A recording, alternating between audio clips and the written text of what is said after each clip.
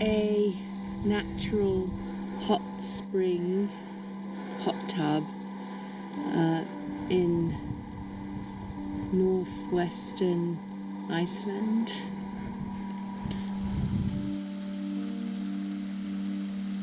We are staying in a pasture next to an Icelandic mountain and a hot spring. The hotel and campground are next to several hiking trails. Last night upon arrival we walked up to the hot springs where a young couple sat in their swimming suits. There's a small grass-covered hut to change clothes nearby.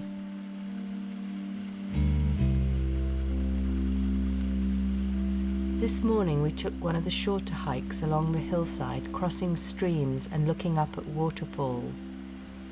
The springy grass is sodden and sprinkled with tiny bright purple, yellow and white flowers.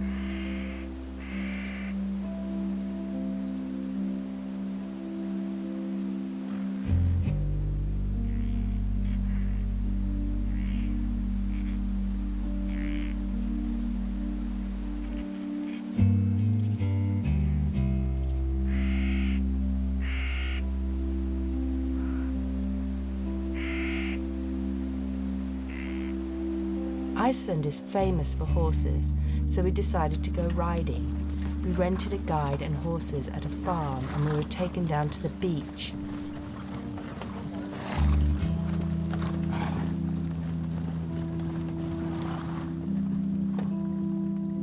I mean, the biggest problem with the Icelandic horse is that the summer is so short, and through the centuries they had to survive the winters on their own outside. Oh, yeah. So they used their food very well.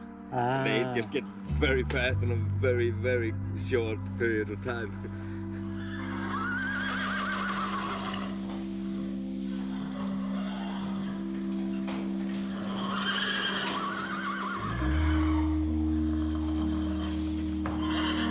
We walked by a river to the fjord where he pointed out ancient fishing places, perhaps where Celtic people had settled before the Vikings arrived. Even this fishing pool here is mentioned in our sagas by the Vikings. And it's called a very peculiar name maybe, it's called Papi. Papi is what we call the Christian monks that lived here before the Vikings.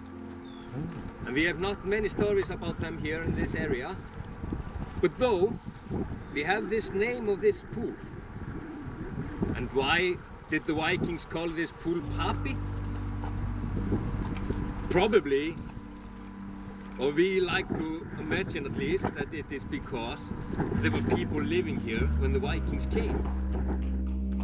The horses were brought to Iceland by the Vikings on their longboats, and on our ride, our guide, Skull something, said they only brought the best horses with them. He said the Vikings also stole all the beautiful women from England, leaving the ugly ones behind.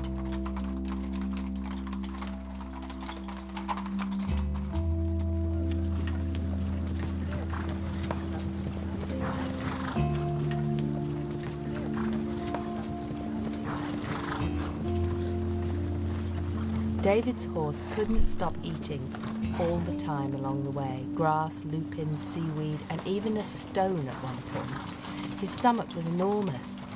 The owner said they are on their own in the winter, so they need the reserves to get them through.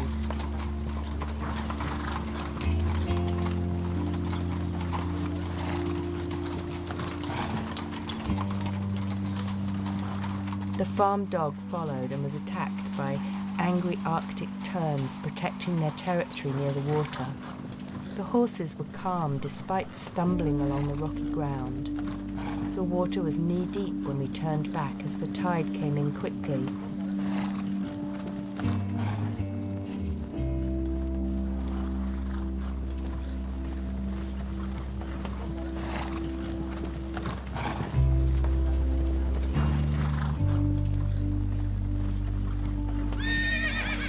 after riding we were exhausted.